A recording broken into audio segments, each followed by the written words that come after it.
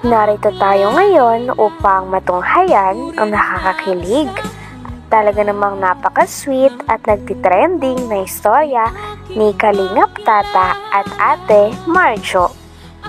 Sa pagpapatuloy nga ng ating istorya ay pumunta ang Kalingap team, ngunit wala doon at hindi nila kasama si Kalingap Tata. Pumunta lamang sila doon upang ma-interview si Ate Marjo kung ano nga ba ang nararamdaman niya tungkol kay Kalingap Tata.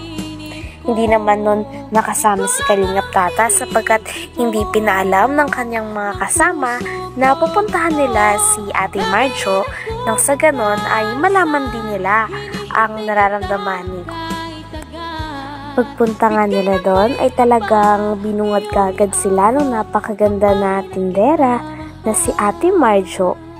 At tinanong din nila muna kung ano nga ba ang nararamdaman ni Ate Marjo sapagkat nagtitrending talaga ang tambalan nila o ang love team nila ni Kalingap Tata. Wala namang masabi si Ate Marjo sapagkat hindi daw talaga niya alam ang mararamdaman dahil napaka-unexpected daw ng lahat ng nangyari.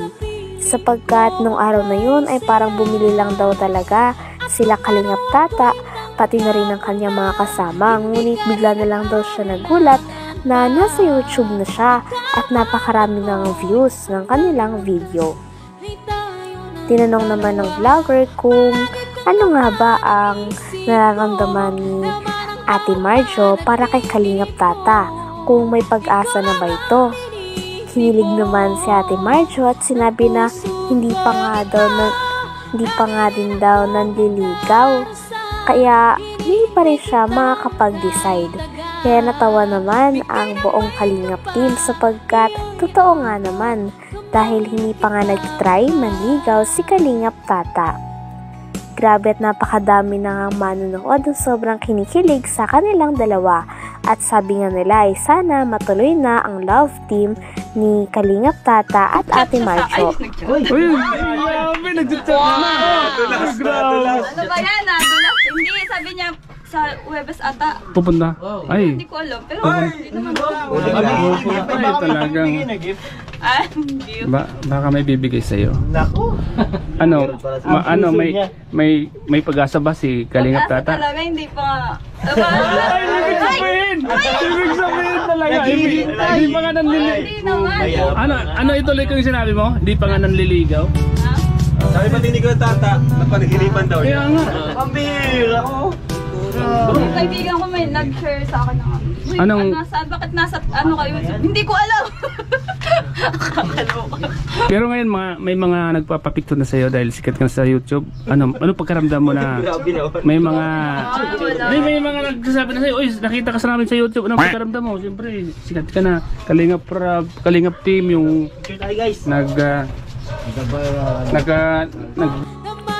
Tinanong pa nga nila si Ate Marjo kung ano na ang update sa kanilang dalawa ni Kalingap Tata.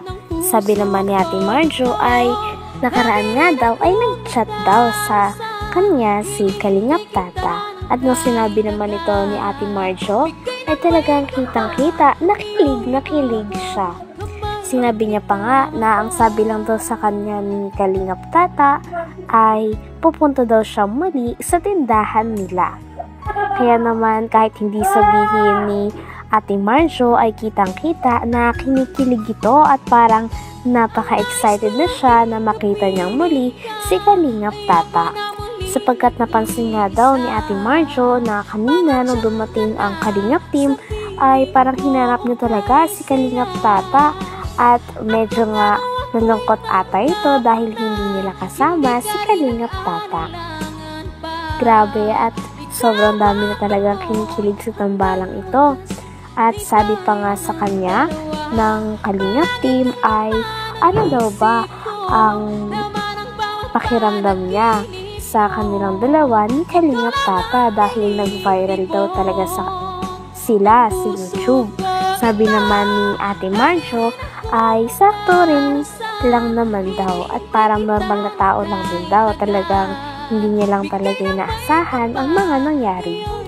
Pero dahil doon ay nagpapasalamat pa rin daw siya sa mga nanood dahil talagang nakakapagbigay ito ng mga ngiti at talagang kinikilig daw ang mga manonood base sa kanyang mga nabasa sa comment section. Sabi pa nga ng Kalingap team ay marami daw talagang nagkakagusto na viewers kay Ate Marjo sapagkat bukod sa napakasimple nito ay parang siya rin ang isang babae na walang kaarte-arte at talagang go na go lang sa good vibes. Kaya mas marami pang mga tao ang nagkakagusto at talagang nagugustuhan ang kanyang ugali. Nagbasa ka ng comment, diba? Doon sa vlog ni Kalingap Red Shane. Ano yung mga nabasa mo doon? So magagandang comment, diba? Ganda, meron. Oh, maganda na yun. Kasi sabi nila bagay daw kay ni Kalingap Tata. Ano masasabi mo doon? Pero okay na yun. Okay na yun. Grabe, okay na yun. Okay na daw, bro. Okay na daw. Sige, abangan nila. So ano ba yung abangan ng mga viewers sa inyo ni Kalingap Tata? Pabili pong cloud na. Hindi ko alam. Magkano yan? So pwede ka na maging love team kayo? Magkano po? Pwede ka na. Kailangan ko pa ng sign. Ano po? Ay, kailangan. Magkano yan? Cloud 10. 9. Grabe mga Kalingap. Talagang Kalingap Tata. Naku, mas It's a sign. may pag-asa ka. I need a sign. Oo. Mas marami pa nga ang hilig nung tinanong na nila si Ate Marjo kung ano daw ba ang gusto nitong sabihin o ano ang mensahe niya para kay Kalingap Tata dahil wala doon si Kalingap Tata. Sabi naman ni Ate Marjo ay simple lang daw ang kanyang mensahe. Yun ay mag-iingat lang daw siya palagi at uminom daw siya ng maraming tubig sapagkat sa panahon daw ngayon ay napakainit na kaya para maiwasan daw ang pagkakasakit. Nung sinabi naman ito ni Ate Marjo ay talagang lalong kinilig ang mga manonood pati na rin ang Kalingap team na nakarinig. Dahil parang hudyat nga ito na parang iniisip at nag-care na din si Ate Marjo para kay Kalingap Tata. Pagkatapos naman sabihin nyo ni Ate Marjo ay kitang-kita ang kanyang pagkakilig at hindi na nga bumaba ang mga ngiti sa kanyang labi. Tinanong din nila si Ate Marjo kung ano nga ba ang aasahan ng mga manonood sa kanila.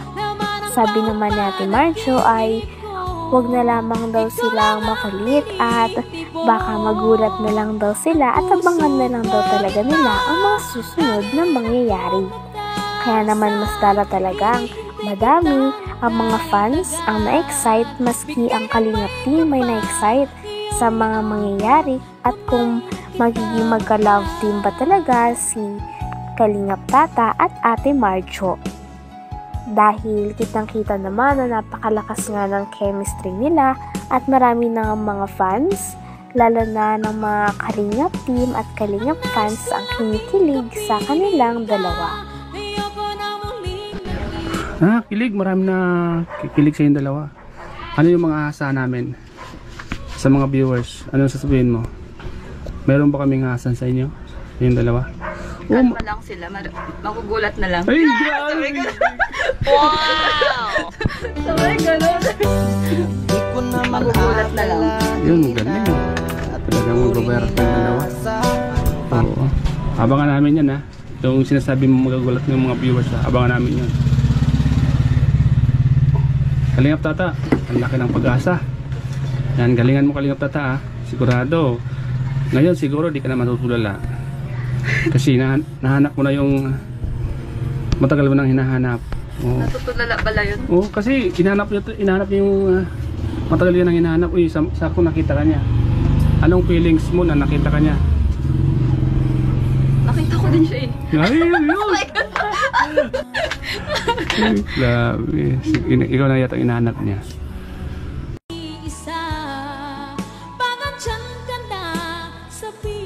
Hanggang dito na lamang muna ang ating nakakakilig, napaka-sweet at napaka-trending na love story ni Kalingap Tata at Ate Marjo. Maraming salamat sa inyong panonood. Hanggang sa muli. Bye!